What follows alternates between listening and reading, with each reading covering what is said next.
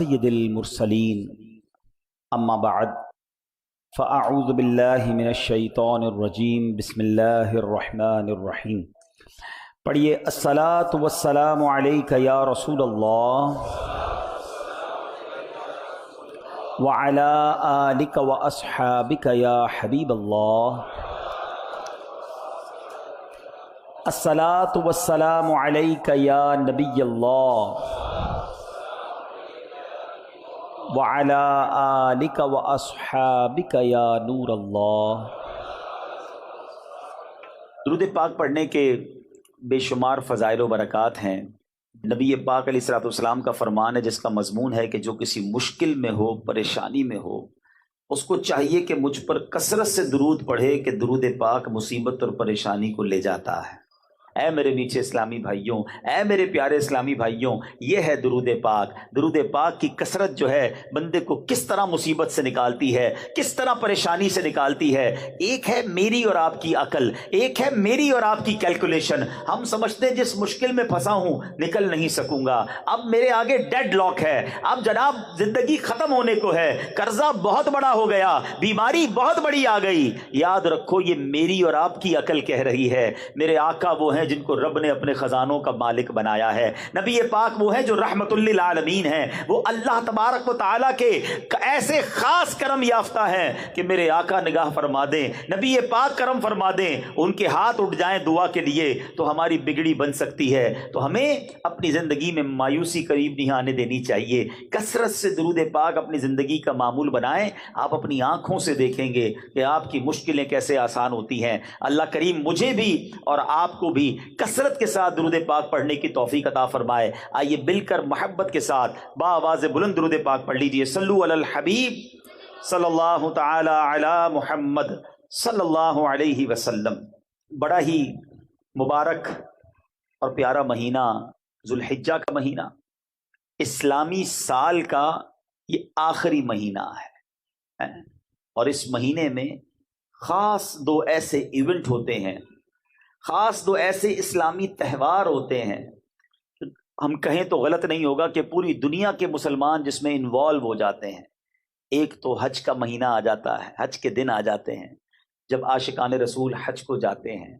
جاتے تو چند ہی ہیں مگر ساری دنیا کے مسلمانوں کے دل ان کے ساتھ دھڑک رہے ہوتے ہیں، سب کی آنکھیں عرفات کو تک رہی ہوتی ہیں کہ ہمارے بھائی رحمت والے میدان میں موجود ہیں اور ہمیں دعاؤں میں یاد رکھا ہوگا، ہمارے لیے بھی دعائیں ہو رہی ہوں گی۔ اور سبحان اللہ، عرفات کے میدان کی تو کیا بات ہے کہ جو عرفات کے میدان میں احرام کی حالت میں وقوف عرفہ کی نیت سے پہنچ جائے، اللہ اکبر، احادیث میں یہ مضمون ملتا ہے وہ گناہوں سے ایسا پاک ہو جاتا ہے جیسا کہ ابھی ماں کے پیٹ سے پیدا ہوا ہو۔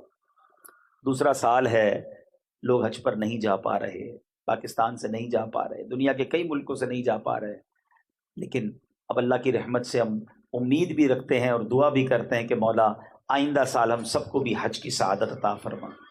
کیسا پیارا آخری مہینہ ہے جس کے بارے میں وہ شاعر لکھتے ہیں نا، ذکر تھا آخری مہینے کا، تذکرہ چھڑ گیا مدینے کا، حاجیوں مصطفیٰ سے کہہ دینا غم کے مارے سلام کہتے ہیں۔ اسلامک کیلنڈر کی ایک اور خاص بات بتاؤں، ذوالحجہ آخری مہینہ، محرم پہلا مہینہ، اس سال کے آخری مہینہ بھی قربانی کا درس دیتا ہے، پہلا مہینہ بھی قربانی کا درس دیتا ہے۔ اس سے پتہ چلتا ہے کہ اسلام میں قربانی کی کتنی بڑی اہمیت ہے۔ ہم اپنے اللہ کی راہ میں جانور قربان کرتے ہیں، امام حسین نے تو اپنی جانیں قربان کر دی نا۔ تو قربانی چاہے وہ وقت کی ہو، مال کی ہو، جان کی ہو، یہ اللہ کی بارگاہ میں بڑی مقبول ہے۔ اللہ مجھے اور آپ کو اس کے دین کی خاطر قربانیاں دینے والا بنا ہے۔ اب یہ جو بقرہ عید کی قربانی ہے، سبحان اللہ، یہ کتنی بڑی نیکی ہے، یہ کتنے بڑے اجر کا کام ہے۔ اس کو فارمیلٹی سمجھ کے نہ کیا کریں، ارے کیا کریں بھائی، بقرہ عید آ گئی، کرنی پڑے گی قربانی، سال پورا ہو گیا پیسے نکالنے ہی پڑیں گے، نہیں، یہ بہت بڑی سعادت ہے، نصیب والوں کو ملتی ہے، اور اس کا اجر کیا ہے؟ میں آپ کو ایک واقعہ سناتا ہوں۔ حضرت سیدنا احمد بن اسحاق علیہ رحمت اللہ الرزاق فرماتے کہ میرا بھائی باوجود غربت کے رضائے الہی کی نیت سے ہر سال بقرعید میں قربانی کیا کرتا تھا۔ اس کے انتقال کے بعد میں نے اس خواب میں دیکھا کہ قیامت برپا ہو گئی ہے اور لوگ اپنی اپنی قبروں سے نکل آئے۔ یکایک میرا مرحوم بھائی ایک بڑے خوبصورت چت کبرے گھوڑے پر سوار ہو کر آیا، اور اس کے ساتھ اور بھی بہت سارے گھوڑے تھے۔ میں نے پوچھا یا اخی ما فعل اللہ تعالی بکا، میرے بھائی مرنے کے بعد تمہارے ساتھ اللہ تعالیٰ نے کیا معاملہ فرمایا؟ وہ شخص کیا کہتا ہے؟ اس کا بھائی کہتا ہے اللہ پاک نے مجھے بخش دیا۔ میں نے پوچھا کس عمل سے تیری بخشش ہو گئی؟ تو وہ کہتا ہے کہ ایک دن غریب ایک بڑھیا آئی تھی، میں نے اس کو بنیت ثواب 1 درہم دیا تھا، وہی درہم میرے کام آ گیا، میری بخشش کا ذریعہ بن گیا۔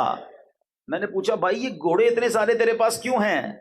وہ کہتا ہے یہ سب میری بقرعید کی قربانیاں ہیں، اور جس گھوڑے پر میں سوار ہوں نا یہ میری سب سے پہلی بقرعید کی قربانی تھی۔ میں نے پوچھا اب اعظم کدھر کا ہے، جانا کدھر ہے؟ کہتے جنت میں جا رہا ہوں۔ سبحان اللہ۔ اور اس کے بعد وہ میری نظروں سے اوجھل ہو گیا۔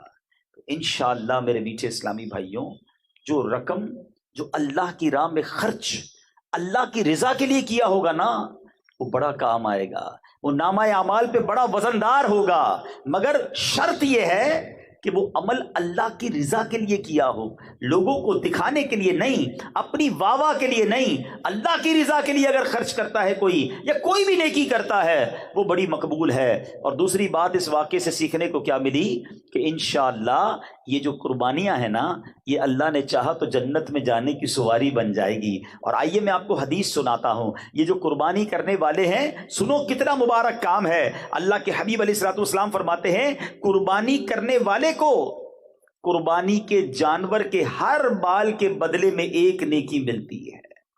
کبھی سوچا کتنے بال ہوتے ہیں بکرے پر، گائے پر؟ ہر بال کے بدلے 1 نیکی ملتی ہے۔ نبی پاک علیہ الصلوۃ والسلام نے فرمایا جس نے خوش دلی سے طلب ثواب کے لیے طالب ثواب ہو کر قربانی کی تو وہ آتش جہنم سے حجاب یعنی روک ہو جائے گی۔ یعنی اللہ کی رضا کے لیے ہو 2 شرطیں اس حدیث میں، ایک تو خوش دلی، انجوائے کے ساتھ، اللہ تیری مہربانی تو نے پھر موقع دیا، تیری راہ میں خرچ کرنے کا پھر موقع دیا، برڈن فیل نہ کیا کرو۔ کچھ لوگوں کی بڑی عجیب عادت ہوتی ہے، عبادت بھی کرتے ہیں اور بوجھ کے ساتھ کرتے ہیں۔ کیا کریں یار اب رمضان آ گئی تراویح پڑھنی پڑے گی۔ ارے اس کو تم بوجھ سمجھ رہے ہو؟ یار سال گزر گیا اب زکوٰۃ دینی پڑے گی۔ ایک جگہ میں بیٹھا تھا، پتہ عجیب سی بات کی، کہتے ابھی بھائی کاروباری لوگوں کا سب سے بڑا خرچہ، جن کے پاس پیسہ زیادہ ہے نا ان کا سب سے بڑا خرچہ ہی زکوٰۃ ہے۔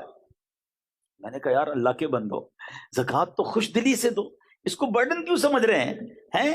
اللہ کی رحمت ہے کہ اللہ نے تمہیں دینے والا بنایا، مانگنے والا نہیں بنایا۔ تو کبھی بھی کسی عبادت میں بوجھ فیل نہ کریں، انجوائے کریں، خوش دلی کے ساتھ کریں۔ اگر اللہ نے اس قابل کیا ہے کہ آپ قربانی کر رہے ہیں تو سبحان اللہ قربانی بھی کریں اور ساتھ سجدہ شکر بھی ادا کریں کہ اللہ تو نے مجھے اور میرے گھر والوں کو اس قابل کیا۔ ارے حضرت ابراہیم کو تو حضرت اسماعیل کے ذبح کرنے کا حکم ہوا تھا، اگر یہی حکم ہمیں دے دیا جاتا کہ سب اپنے بچے ذبح کرو کیا حال ہوتا؟ ادھر قربانی دینے کی نیت نہیں ہوتی، یہ والی قربانی کون دیتا؟ ہم پر تو آسانی کر دی گئی نا کہ جانور قربان کروایا جا رہا ہے۔ اچھا جانور بھی قربان کرو، گوشت بھی خود ہی کھا جاؤ، یہ بھی نہیں کا سارا بانٹ دو۔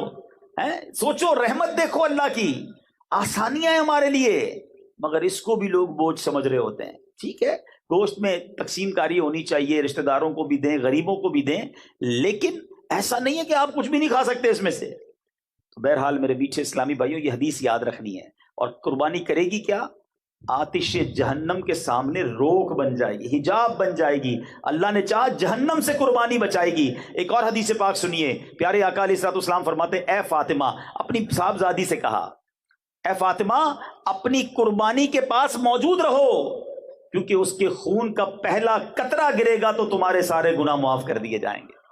ہائے ہائے ہائے کتنی بڑی نعمت ہے۔ چوتھی حدیث، اللہ کے حبیب فرماتے جس شخص میں قربانی کرنے کی وسعت ہو پھر بھی وہ قربانی نہ کرے تو وہ ہماری عیدگاہ کے قریب نہ آئے۔ ہاں اس کو نبی پاک نے اپنے آپ سے دور فرما دیا۔ وہ لوگ جو قربانی اس میں سستی کرتے ہیں، اچھا پھر پورے گھر کا 1 بکرا کر لیں گے، گھر میں افراد بہت سارے، ایک جانور سب کی طرف سے، حساب نہیں کرتے کہ حصے کتنے بن رہے ہیں، حصے پورے ہو رہے ہیں کہ نہیں ہو رہے. کیونکہ بعض صورتوں میں اگر آپ کی کیلکولیشن درست نہیں ہے، یا آپ نے ایک ہی جانور، مثال کے طور پہ ایک بکرے میں سارے گھر والوں کی قربانی شامل کر دی، کسی کی بھی قربانی نہیں ہوگی. آپ کو یہ باقاعدہ سیکھنا ہوگا کہ کس طرح حصوں کی تقسیم ہوگی. یہ ایک واجب کام ہے. اس کے احکام بھی تو جانیے نا. یہ تو کسی ایکسپرٹ سے پوچھتے ذرا بتاؤ بھائی دانت کیسے دیکھنے ہیں، جانور کون سا لینا چاہیے، مگر اس کی قربانی کرتے وقت نیت کیسے ہوگی، اس کی اجازت کیسے ہوگی، جانور کی عمر کتنی ہونی چاہیے، یہ کون معلوم کرتا ہے. تو خدا را یہ واجب کام پراپر طریقے سے شریعت کے تقاضوں کے مطابق کریں، خوش دلی کے ساتھ کریں، سعادت سمجھ کر کریں. اللہ نے چاہا یہ آپ کے لیے بہت زبردست نیکی ہو جائے گی. سنو میرے آقا علیہ الصلوۃ والسلام کیا فرماتے ہیں. آقا فرماتے ہیں انسان بقرعید کے دن کوئی ایسی نیکی نہیں کرتا جو اللہ عز و جل کو خون بہانے سے زیادہ پیاری ہو. یہ قربانی قیامت میں اپنے سینگوں، بالوں اور کھروں کے ساتھ آئے گی، اور قربانی کا خون زمین پر گرنے سے پہلے اللہ کے ہاں قبول ہو جاتا ہے. لہذا خوش دلی سے قربانی کرو. سبحان اللہ. محقق علی الاطلاق خاتم المحدثین حضرت شیخ عبدالحق محدث دہلوی فرماتے ہیں قربانی اپنے کرنے والوں کے نیکیوں کے پلے میں رکھی جائے گی، جس سے نیکیوں کا پلڑا بھاری ہوگا. حضرت سیدنا ملا علی قاری رحمۃ اللہ تعالی علیہ فرماتے ہیں پھر اس کے لیے سواری بنے گی جس کے ذریعے یہ شخص بآسانی پل صراط سے گزرے گا. ارے یہ پل صراط پر سواری کا کام دے گی، یہ نامہ اعمال پہ وزن کا کام دے گی. فرمایا اور اس جانور کا ہر عضو، پارٹ آف دا باڈی، قربانی کرنے والے کے ہر عضو کے لیے جہنم سے فدیہ ہوگا. قربانی کی آنکھ کے بدلے ہماری آنکھ جہنم سے بچے گی، قربانی کے پیر کے بدلے ہمارا پیر جہنم سے انشاءاللہ بچے گا. تو سوچو یہ جانور تو مجھے جہنم سے بچانے والا ہے، یہ پل صراط سے پار کرانے والا ہے. اب یہاں ایک اور بڑی پیاری بات، بڑی گہری بات ہے، توجہ چاہوں گا. آقا نے کیا فرمایا صلی اللہ تعالی علیہ وسلم، جس کا مضمون ہے کہ قربانی جو ہے وہ، میرے آقا نے فرمایا کہ اس دن، قربانی والے دن، خون بہانے سے زیادہ کوئی افضل کام نہیں ہے. اب آج کل کچھ لوگوں کو پتہ نہیں کیا ہو گیا ہے، کہتے ہیں یار اتنی ساری قربانی کرنے سے بہتر ہے کسی غریب کی شادی کرا دو، کسی غریب کی مدد کر دو. ارے بھائی ہم یہ سارے کام، چاہے کسی کی مدد کریں، کسی کا علاج کروائیں، کس لیے کرتے ہیں؟ اللہ کی رضا کے لیے نا، ثواب کے لیے. ثواب کے بارے میں زیادہ جانتا ہوں، آپ زیادہ جانتے ہیں کہ نبی پاک علیہ الصلوۃ والسلام جانتے ہیں. آقا فرما رہے ہیں اس دن، قربانی کے دن، اس سے زیادہ کوئی اچھا کام نہیں ہے اللہ کے نزدیک کہ اس کی راہ میں خون بہایا جائے، قربانی کی جائے. تو جب نبی پاک فرما رہے کہ قربانی کرنا اس دن سب سے افضل ہے، تو ہم نے قربانی ہی کرنی ہے، وہ سب سے افضل ہے. ٹھیک ہے قربانی کا جانور قربان کریں، غریبوں کا علاج بھی کرائیں، کس نے منع کیا ہے؟ مگر ایک نیکی کے کام کو، ایک واجب کام کو بند کر کے یہ نہ جانے کیوں یہ چیزیں یاد آتی ہیں. ایسے کچھ لوگ ہیں جن کو ایسے موقعوں پر ہی چیزیں یاد آتی ہیں. ارے یار حج پر بہت سارے لوگ جاتے ہیں، بڑا خرچہ ہو جاتا ہے، یہ خرچہ بچا کر دوسرا کام کرنا چاہیے. ربیع الاول کی لائٹنگ نہیں کرنی چاہیے، یہ والا کام کرنا چاہیے. اپنی بچی کی شادی پر کروڑوں روپے کا فنکشن کرتے ہوئے یاد نہیں آتا کہ غریب کی شادی کرا دینی چاہیے. تو بہرحال جو نیکی کا کام ہے وہ ضرور کرنا چاہیے، اور ساتھ ساتھ غریبوں کی مدد بھی دل جان سے کرنی چاہیے. تو بہرحال میرے بیچ اسلامی بھائیوں، یہاں یہ بات کلیریفائی ہو گئی کہ یہ پل صراط کے لیے سواری بنے گی. اچھا اس میں بھی ایک بات سمجھ لو، اب جانور تگڑا ہوگا، جاندار ہوگا تو سواری بھی اچھی ملے گی نا. تو اچھا جانور خرچ کیا کرو، اللہ نے دیا ہے تو بہترین جانور لینا چاہیے. اللہ کی بارگاہ میں دل دیکھا جاتا ہے. ہاں نیت یہ ہو کہ ذرا پتہ چلے میمن سوسائٹی میں ہمارا جانور کتنا بڑا آیا ہے، صاحب جی کتنے پیسے والے ہیں. اگر یہ نیت ہے تو پھر تو ثواب بھی نہیں ملے گا. اللہ کی رضا کے لیے بہترین منڈی کا جانور لیں. بلکہ میں تو ایک اور مشورہ دیتا ہوں، اپنے گھر میں جو بھی بہترین جانور لو نا، اگر 2-3 لیتے ہیں تو سب سے بہترین جانور نبی پاک کے نام پر قربان کر دیں. کیا پیش کریں جانا، کیا چیز ہماری ہے آقا، یہ دل بھی تمہارا ہے، یہ جان بھی تمہاری ہے. دیکھو ہمارے آقا نے ہمارے نام پر جانور قربان کیا تھا، یاد ہے؟ ہاں حجۃ الوداع کے موقع پر نبی پاک نے امت کے نام پر قربانی کی. تو اے امتیوں تمہیں بھی نبی پاک کو یاد رکھنا ہے. جو نہ بھولا ہم غریبوں کو رضا، یاد اس کی اپنی عادت کیجئے. نبی پاک کو ہماری قربانی کی حاجت نہیں، ان کو گوشت تھوڑی پہنچے گا. یہ محبت کا اظہار ہے، گوشت تو پھر بھی ہمارے پاس ہی رہ جانا ہے. تو بہرحال قربانی کریں، خوش دلی کے ساتھ کریں، اچھی نیتوں کے ساتھ کریں. قربانی کا جانور بہترین لیں، اس لیے کہ یہاں اللہ کی بارگاہ میں دل دیکھا جاتا ہے کہ بندے کو مال سے محبت ہے یا اللہ کی رضا سے محبت ہے۔ جتنا قیمتی جانور ہوگا نا اتنا مشکل سے دل سے نکلے گا، اور جب آپ کے دل سے کوئی کام مشکل ہوتا ہے اس کا اجر بھی زیادہ ہوتا ہے، اور پھر اس کو بانٹیں غریبوں میں، تقسیم کریں رشتہ داروں میں، انشاءاللہ اس کا خوب ثواب کمائیں۔ تو قربانی جس کو اللہ نے نوازا ہے بہترین جانور کریں، اور پھر سبحان اللہ نبی پاک علیہ الصلوۃ والسلام کے نام کریں تو کیا بات ہے۔ اچھا، قربانی کے دنوں میں جو قربانی کرنے کا ارادہ رکھتا ہے اس کے بارے میں یہ ہے کہ ناخن، بال اور مردال خال وغیرہ نہ کٹوائے، کیونکہ یہ حاجیوں سے مشابہت ہو جاتی ہے۔ حاجی بھی احرام پہن کے یہ سب چیزیں نہیں کرتے، تو حجامت وغیرہ نہ کروائے تو انشاءاللہ اس کی برکتیں ملیں گی۔ اور جو قربانی نہیں کرتا وہ بھی غریب ہے بیچارہ، نہیں کر پاتا، تو علماء کہتے ہیں اگر وہ بھی یہ اعمال ان دنوں میں کر لے، ذوالحجہ کے 10 دنوں میں، تو انشاءاللہ اس کو قربانی کا ثواب بھی مل جائے گا۔ تو یہ کام کرنا چاہیے۔ اور سبحان اللہ، بلکہ مفتی صاحب فرماتے ہیں کہ جو قربانی نہ کر سکے عشرے میں، یعنی ذوالحجہ کے ابتدائی 10 ایام میں حجامت نہ کرائے، بقرعید کے دن یا بعد نماز عید حجامت کرائے تو انشاءاللہ قربانی کا ثواب کمائے گا۔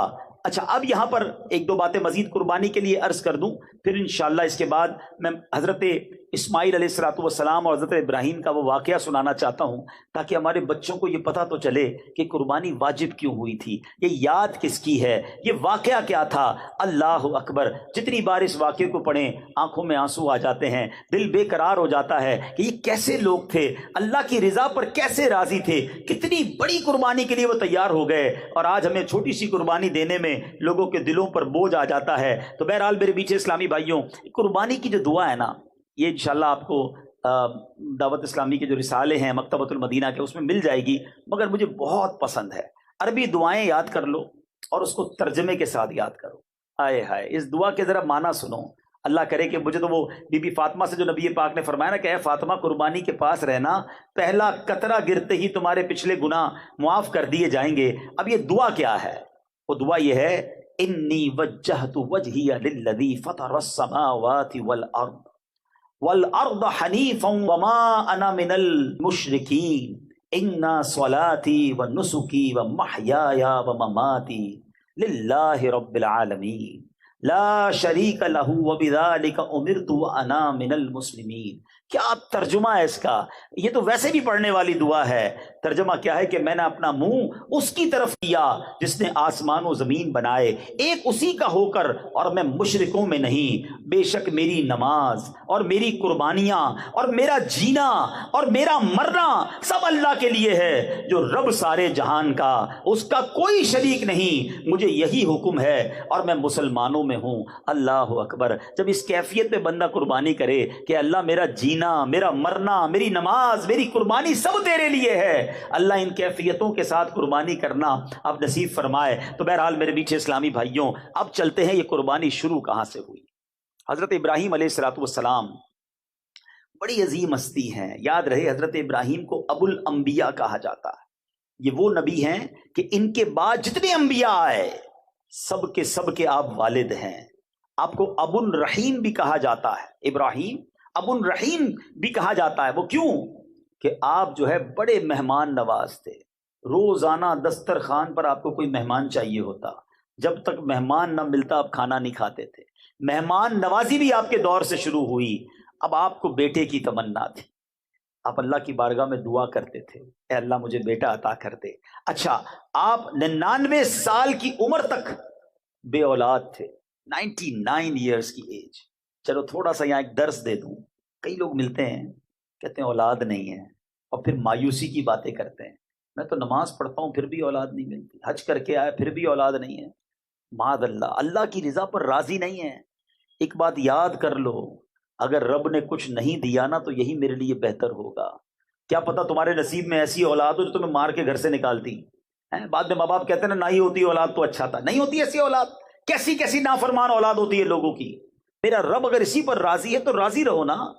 99 ایئرز کی ایج ہو گئی حضرت ابراہیم کی، اولاد نہیں ہے، مگر رب سے دعا کرتے ہیں، مایوس بھی نہیں ہے۔ اور دعا کا انداز کیا تھا؟ آپ کہتے ہیں اسمع یا ایل، اسمع یا ایل۔ اسمع عربی میں کہتے ہیں سن لے، اور عبرانی زبان میں ایل کہتے اللہ کو، پروردگار کو، اے اللہ میری سن لے۔ سبحان اللہ، حضرت اسماعیل 99 سال میں حضرت ابراہیم کو عطا کیے گئے، اور حضرت ابراہیم نے بیٹے کا نام ہی اسماعیل رکھ دیا، جو دعا میں پکارتے تھے اسماعیل، یہی نام اسماعیل جو ہے وہ اپنے بیٹے کا نام رکھ دیا۔ اے میرے میٹھے اسلامی بھائیوں، یاد رہے حضرت ابراہیم کی کیا شان ہے۔ رسول پاک علیہ الصلوۃ والسلام کے بعد تمام انبیاء میں سب سے افضل نبی حضرت ابراہیم علیہ السلام ہیں۔ حضرت ابراہیم ہی اپنے بعد میں آنے والے سارے انبیاء کرام کے والد ہیں۔ ہر آسمانی دین میں آپ کی پیروی اور اطاعت ہے، ہر دین والے آپ کی تعظیم کرتے ہیں، آپ ہی کی یاد میں قربانی ہے، آپ ہی کی یادگار میں حج کے ارکان ہیں، آپ ہی کعبہ شریف کی پہلی تعمیر کرنے والے ہیں۔ جس پتھر پر کھڑے ہو کر آپ نے کعبہ بنایا اس کو مقام ابراہیم کہا گیا، اور اس کو سجدہ کرنے کی جگہ فرما دیا گیا، وَاتَّخِذُوا مِن مَّقَامِ إِبْرَاهِيمَ مُصَلَّىٰ، اور ابراہیم کے کھڑے ہونے کی جگہ پر اپنا مصلی بناؤ، وہاں نماز ادا کرو۔ یہ قرآنی حکم آ گیا، یہ حضرت ابراہیم کی شان ہے۔ ویسے ایک اور عشق والی بات بتا دوں، اللہ آپ کو اور مجھے بار بار مکے کی حاضری عطا فرمائے۔ وہ پتھر جس پر کھڑے ہو کر حضرت ابراہیم نے کعبہ تعمیر کیا تھا، سبحان اللہ، آج بھی اس پتھر پر حضرت ابراہیم کے قدموں کے نشان اپنی آنکھوں سے آپ دیکھ سکتے ہیں، کتنے گہرے نشان ہیں۔ کبھی سوچا کتنا ٹائم ہو گیا ہے؟ 5000 سال سے زیادہ وقت ہو گیا ہے۔ یہ اب اس کے اوپر باکس بنایا گیا ہے، پہلے باکس نہیں تھا، یہ کھلے آسمان تلے پتھر پڑا رہا، ہزاروں بارشیں دیکھی، ہزاروں اس نے آندھیاں دیکھی ہوں گی، موسم کے مد و جزر دیکھے، مگر یہ پتھر نے کیسے اپنے سینے میں حضرت ابراہیم کی نشانی کو سنبھالا ہوا ہے کہ آج بھی اپنی آنکھوں سے ہم حضرت ابراہیم کے قدموں کے نقش کا نظارہ کر سکتے ہیں۔ جب حضرت ابراہیم کی شان یہ ہے تو ابراہیم کے آقا کی شان کا عالم کیا ہوگا۔ تو بہرحال حضرت ابراہیم وہ عظیم ہستی ہیں کہ قیامت میں سب سے پہلے آپ ہی کو عمدہ لباس عطا ہوگا، اس کے فوراً بعد نبی پاک علیہ الصلوۃ والسلام کو۔ ایک اور بڑی پیاری بات کتابوں میں لکھی، جن کے چھوٹے بچے فوت ہو گئے ہو نا، گھبرایا نہ کرو، اللہ کی رضا پہ راضی رہا کرو۔ اول تو وہ چھوٹے بچے مغفرت کا ذریعہ بنیں گے، مگر آج وہ بچے پتہ ہے کہاں ہیں؟ علماء فرماتے ہیں مسلمانوں کے فوت ہو جانے والے بچوں کو آپ علیہ الصلوۃ والسلام اور آپ کی بیوی حضرت سارہ رضی اللہ تعالی عنہا عالم برزخ میں ان بچوں کی پرورش کرتے ہیں۔ یہ بچے ان کے پاس ہیں، حضرت ابراہیم کے پاس ہیں، اور وہ ان کی پرورش فرما رہے ہیں۔ اللہ اکبر، یہ شان ہے حضرت ابراہیم کی۔ اب ذرا غور کیجئے میٹھے اسلامی بھائیوں، حضرت ابراہیم کی شان تو آپ نے سنی، کئی ایسے دنیا میں کام ہیں جن کے انوینٹر، جن کے ذریعے یہ کام شروع ہوئے، سب سے پہلے جو سٹارٹ ہوئے وہ بھی حضرت ابراہیم کے دور میں کون کون سے کام ہوئے؟ سب سے پہلے آپ ہی کے بال سفید ہوئے۔ دنیا میں کسی کے بال سفید نہیں ہوتے تھے، حضرت ابراہیم پہلی ہستی ہیں جن کے بال سفید ہوئے۔ سب سے پہلے آپ ہی نے سفید بالوں پر مہندی لگائی اور قطم یعنی نیل کے پتوں کا خضاب لگایا۔ سب سے پہلے آپ ہی نے سلا ہوا پاجامہ پہنا۔ سب سے پہلے آپ نے منبر پر خطبہ پڑھا۔ سب سے پہلے آپ نے علیہ السلام نے راہ خدا میں جہاد کیا۔ سب سے پہلے آپ علیہ الصلوۃ والسلام نے مہمان نوازی کی رسم شروع کی۔ سب سے پہلے آپ علیہ الصلوۃ والسلام لوگوں سے گلے ملے۔ ہم جو معانقہ کرتے ہیں نا، یہ حضرت ابراہیم کے دور سے شروع ہوا، اور سب سے پہلے آپ ہی نے سرید، یہ جو کھانا ہوتا ہے شوربہ اور روٹی ملا کر، یہ آپ نے ہی سب سے پہلے بنائی۔ بہرحال اتنی عظیم ہستی ہیں، مگر آپ کو ایک خواب دیکھا آپ نے۔ اچھا، یہ 8ویں رات تھی ذوالحجہ کی، اور کوئی کہنے والا کہہ رہا ہے کہ بے شک اللہ عز و جل تمہیں اپنے بیٹے کو ذبح کرنے کا حکم دے رہا ہے۔ آپ صبح سے شام تک اس بارے میں غور کرتے رہے کہ یہ خواب اللہ کی طرف سے ہے یا شیطان کی طرف سے ہے۔ 8 ذوالحجہ کو پتہ کیا کہتے ہیں؟ یوم الترویہ۔ جو حج پر جاتے ہیں ان کو یاد ہو گیا ہوگا، یوم الترویہ 8 ذوالحجہ کا نام ہے۔ اس کا مطلب پتہ ہے کیا ہے؟ سوچ بچار کا دن۔ حضرت ابراہیم نے یہ دن سوچ و بچار میں گزارا تھا، اس لیے اس کا نام ہی یوم الترویہ پڑ گیا۔ 9ویں رات پھر خواب آیا، صبح یقین کر لیا کہ یہ اللہ کی طرف سے ہے۔ اب 9 ذوالحجہ کو کیا کہا جاتا ہے؟ یوم عرفہ، یعنی پہچاننے کا دن۔ آپ کو یقین ہو گیا کہ یہ اللہ کی طرف سے خواب ہے، 9 ذوالحجہ کا دن ہی یوم عرفہ پڑ گیا۔ اب 10ویں ذوالحجہ پھر وہ آپ نے رات کو خواب دیکھا۔ اب آپ نے پکا ارادہ کر لیا کہ بیٹے کو آج ذبح کرنا ہے، اس لیے 10 ذوالحجہ کے دن کا نام یوم النحر پڑ گیا۔ یہ تینوں نام بھی حضرت ابراہیم کی کیفیت کے مطابق، جو آپ کی کیفیت تھی وہی اس دن کا نام ہو گیا۔ اے میرے میٹھے اسلامی بھائیوں، حضرت ابراہیم نے اب اپنے بیٹے حضرت اسماعیل علیہ السلام سے بات کی۔ کیا بات ہو رہی ہے؟ بیٹا گھمانے لے جا رہا ہوں یہ نہیں، بیٹا کو چیز دلانے جا رہا ہوں یہ نہیں۔ 7 سال یا 13 سال عمر ہے حضرت اسماعیل کی، 99 سال کی عمر میں یہ بیٹا ملا ہے۔ ٹرائی ٹو انڈرسٹینڈ، بچہ جب 10-15 سال بعد پیدا ہو تو پورا خاندان ہی اس کا دیوانہ ہوتا ہے، اس کے ناز اٹھائے جاتے ہیں، بڑی منتوں سے آیا ہے۔ 99 ایئرز کے بعد اولاد ہوئی ہے، اور ابھی 7 سال کا ہے، یا ایک روایت کے مطابق 13 سال کا ہے۔ حضرت اسماعیل کے بارے میں کہا گیا اس کو ذبح کر دو، اور آپ اپنے بیٹے سے بات کرتے ہیں کہ بیٹا میں تمہیں اللہ کی طرف سے حکم آیا ہے۔ مگر اس سے پہلے کیا ہوا ذرا سنیے گا۔ اب شیطان نے کیا کام کیا؟ شیطان جو ہے اب ایک شکل میں حضرت ابراہیم کے پاس آیا، کیونکہ آپ اپنے بیٹے کو لے کے کہیں جا رہے تھے۔ کہتا ہے ابراہیم کہاں کا ارادہ ہے؟ آپ نے جواب دیا میں کام سے جا رہا ہوں۔ اس نے پوچھا کیا اسماعیل کو ذبح کرنے جا رہے ہو؟ حضرت ابراہیم علیہ السلام نے کہا کیا تم نے کسی باپ کو دیکھا ہے وہ اپنے بیٹے کو ذبح کرے؟ شیطان بولا ہاں میں آپ ہی کو دیکھ رہا ہوں، کسی کام سے جا رہے ہیں۔ اس کو تو معلوم تھا۔ آپ سمجھتے ہیں کہ اللہ عز و جل نے آپ کو اس بات کا حکم دیا ہے؟ حضرت ابراہیم نے ارشاد فرمایا اگر اللہ عز و جل نے مجھے اس بات کا حکم دیا ہے تو میں اس کی فرما برداری کروں گا۔ شیطان نے یہاں وسوسہ ڈالنے کی کوشش کی، کامیاب نہیں ہوا۔ اب بی بی ہاجرہ کے پاس گیا۔ آپ کو پتا ہے آپ کے بیٹے کو کہاں لے کر گئے حضرت ابراہیم؟ کب بیٹے کو کہیں گھمانے پھرانے لے گئے ہیں؟ کہ نہیں، وہ انہیں ذبح کرنے لے کر گئے ہیں۔ تو حضرت ہاجرہ کہتی کیا تم نے کبھی ایسا دیکھا ہے کوئی باپ بیٹے کو ذبح کرے؟ شیطان کہتا ہے ہاں انہیں اللہ نے اس بات کا حکم دیا ہے۔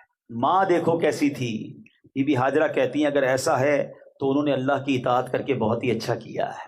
اگر اللہ نہیں فرمایا نا پھر تو یہ فیصلہ ٹھیک کیا انہوں نے۔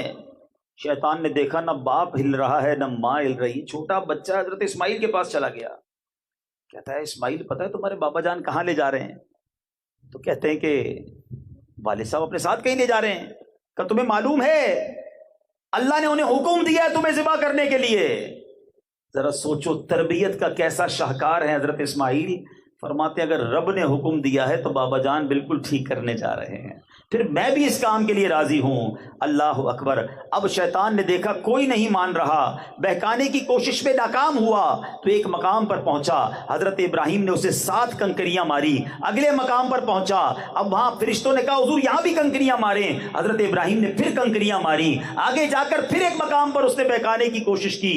اللہ اکبر۔ فرشتوں نے حضرت ابراہیم سے کہا کہ یہاں بھی کنکریاں ماریں۔ حضرت ابراہیم نے وہاں بھی اسے 7 کنکریاں ماری۔ شیطان کو 3 مقامات پر جو کنکریاں مارنے کی یادگار ہے وہ باقی رکھی گئی ہے۔ آج بھی حاجی اسی یاد کو کرتے ہوئے جمرے پر رمی کیا کرتے ہیں۔ اے میرے بیچے اسلامی بھائیوں، یہ کیسے لوگ تھے، کتنا یقین تھا رب کے وعدوں پر، اللہ کی رضا پر کیسے راضی تھے۔ حضرت ابراہیم نے اپنے بیٹے سے جو بات کی، جو کورسپونڈنس کی، وہ قرآن میں موجود ہے۔ کیا الفاظ ہے ذرا سنو۔ حضرت ابراہیم اپنے بیٹے سے کیا کہتے ہیں؟ یا بنی انی ارا فی المنام انی اذبحک فانظر ماذا تری۔ اے میرے بیٹے میں نے خواب دیکھا ہے۔ باپ اپنے بیٹے سے بات کر رہا ہے، میں نے خواب دیکھا تجھے ذبح کرتا ہوں، اب تو دیکھ تیری کیا رائے ہے۔ اللہ اکبر۔ کسی سے یہ کہا جائے کہ تجھے ذبح کرنے کا ارادہ ہے، خواب میں حکم ملا ہے، اپنا بیٹا بھی ہو تو گھر چھوڑ کے بھاگ جائے، یہ کیسا بیٹا ہے؟ کیا کہتے ہیں سنو، کہتے ہیں اے میرے باپ کیجئے جس بات کا آپ کو حکم ہوتا ہے، خدا نے چاہا تو قریب ہے کہ آپ مجھے صابر یعنی صبر کرنے والا پائیں گے۔ اللہ اللہ اللہ۔ سوچو تو صحیح ہے کیسے باپ بیٹے ہیں۔ اب حضرت اسماعیل علیہ السلام نے اپنے والد سے بڑی کمال کی عرض کی۔ کہتے بابا جان ایسا کریں مجھے ذرا رسیوں سے مضبوطی سے باندھ دیجیے گا، ایسا نہ ہو کہ جب آپ مجھے ذبح کرنے لگے اور میں زیادہ ہلوں تو میرا ثواب کم نہ ہو جائے، ذرا مضبوطی سے باندھیے گا تاکہ میں ہل نہ سکوں، اور میرے خون کے چھینٹوں سے اپنے کپڑوں کو بچائیے گا تاکہ انہیں دیکھ کر میری امی جان غمگین نہ ہوں۔ بابا جان چھری ذرا زیادہ تیز کر لیجیے گا تاکہ میرے گلے پر اچھی طرح سے چل جائے، موت بڑی سخت ہوتی ہے نا، مجھے تکلیف زیادہ نہ ہو۔ آپ مجھے ذبح کرتے وقت پیشانی کے بل لٹا دیجیے گا، الٹا لٹا دیجیے گا، کیونکہ جب میرے چہرے پر نظر پڑے گی تو آپ بھی تو میرے والد ہیں، آپ کو بھی تکلیف ہوگی، مجھے الٹا لٹا دیجیے گا۔ اور بابا جان ایک کام کیجئے گا، جب آپ میری ماں کے پاس جائیں، امی جان کے پاس جائیں، تو میرا سلام پہنچا دیجئے گا، اور اگر مناسب سمجھے تو میری ایک قمیص انہیں دے دیجئے گا، اس سے ان کو تسلی آ جائے گی، صبر بھی آ جائے گا۔ اللہ اکبر! سوچو تو صحیح، بات کون کر رہا ہے؟ بیٹا باپ سے کہہ رہا ہے، اس باپ کا جگرا کیسا ہوگا، اللہ کی راہ میں قربانی کا جذبہ کیسا ہوگا۔ اب حضرت ابراہیم کہتے ہیں میرے بیٹے تم اللہ عز و جل کے حکم پر عمل کرنے میں میرے کیسے عمدہ مددگار ہو۔ پھر اسی طرح ہوا، حضرت اسماعیل کو آپ نے رسیوں سے باندھا، چھری تیز کی، حضرت اسماعیل کو پیشانی کے بل لٹا دیا، ان کے چہرے سے نظر ہٹا لی اور ان کے گلے پہ چھری چلا دی۔ انہوں نے اپنا کام کر دیا، ہاں چھری چلا دی گئی، مگر چھری نے اپنا کام نہ کیا۔ وہ بھی تو رب کے حکم کی باندھی ہوئی ہے نا، رب جو چاہے، ان اللہ علی کل شیء قدیر، رب نے اپنی قدرت کا نظارہ دکھایا۔ وہ چھری جو تیز تھی باپ نے بیٹے کے گلے پر چلا دی، مگر چھری نے کام نہ کیا۔ اب کیا ہوا؟ حضرت ابراہیم علیہ السلام پر وحی نازل ہوئی اور ہم نے اسے ندا فرمائی کہ اے ابراہیم تو نے خواب سچ کر دکھایا، ہم ایسا ہی صلہ دیتے ہیں نیکوں کو، بے شک یہ روشن جانچ تھی اور ہم نے ایک بڑا ذبیحہ اس کے فدیے میں دے کر اسے بچا لیا، یہ امتحان لیا گیا، اے ابراہیم تم کامیاب ہو گئے، تم نے یہ اپنا وعدہ پورا کر دیا۔ اللہ اکبر! اب جب زمین پر لٹا دیا گیا تو اللہ نے جبرائیل کو حکم دیا کہ جنت سے ایک دمبا لایا جائے، ایک مینڈا لایا جائے۔ وہ مینڈا لے کر آئے، ذرا سوچو منظر کیسا ہوگا۔ حضرت اسماعیل الٹے لیٹے ہوئے ہیں، باپ کے ہاتھ میں چھری ہے اور وہ پھرا چکے ہیں۔ اب اوپر سے آواز آتی ہے اللہ اکبر اللہ اکبر، حضرت جبرائیل مینڈا لے کر آ رہے ہیں اور اوپر سے صدا لگا رہے ہیں۔ حضرت ابراہیم نے جب اوپر دیکھا تو جان لیا کہ اللہ کی طرف سے آزمائش کا وقت گزر چکا ہے، امتحان پورا ہو گیا ہے، بیٹے کے فدیے کی جگہ مینڈا بھیجا جا رہا ہے۔ حضرت ابراہیم نے اب خوش ہو کر کیا کہا؟ لا الہ الا اللہ واللہ اکبر۔ اب جو بیٹا لیٹا ہوا ہے، حضرت اسماعیل نے جب یہ سنا تو کہتے ہیں اللہ اکبر وللہ الحمد۔ اس کے بعد کیا ہوا؟ یہ تینوں الفاظ جو ہیں یہ وہی تسبیح ہے جو ہم عید کے دنوں میں پڑھتے ہیں، یہ ایام تشریق میں پڑھی جانے والی تسبیح ہے، قیامت تک کے لیے مسلمانوں کی زبانوں پر جاری کر دیا گیا۔ اب جب اس تسبیح کو پڑھنا تو غور کرنا کتنی مبارک تسبیح ہے کہ اس کے پہلے الفاظ جبرائیل نے کہے ہیں، درمیانی الفاظ حضرت ابراہیم کی زبان سے ادا ہوئے ہیں اور آخری ورڈز جو ہیں وہ حضرت اسماعیل کی زبان سے ادا ہوئے ہیں۔ ارے اتنی بڑی قربانی کے بارے میں ہم تو تصور بھی نہیں کر سکتے، آؤ مبارک لوگوں کی زبان سے نکلے ہوئے یہ مبارک الفاظ اسی تصور میں پڑھتے ہیں۔ اللہ کریم مبارک الفاظ کے صدقے ہماری مغفرت فرمائے۔ مل کر پڑھیں گے اللہ اکبر اللہ اکبر، لا الہ الا اللہ واللہ اکبر اللہ اکبر وللہ الحمد۔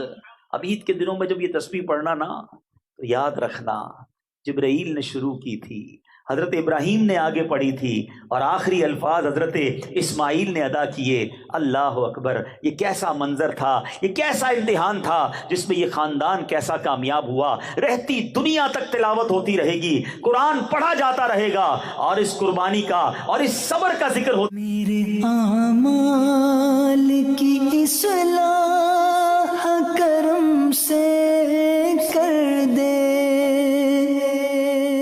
اللہ اکبر اللہ اکبر، لا الہ الا اللہ واللہ اکبر، اللہ اکبر وللہ الحمد۔ اپنے اخلاق کریم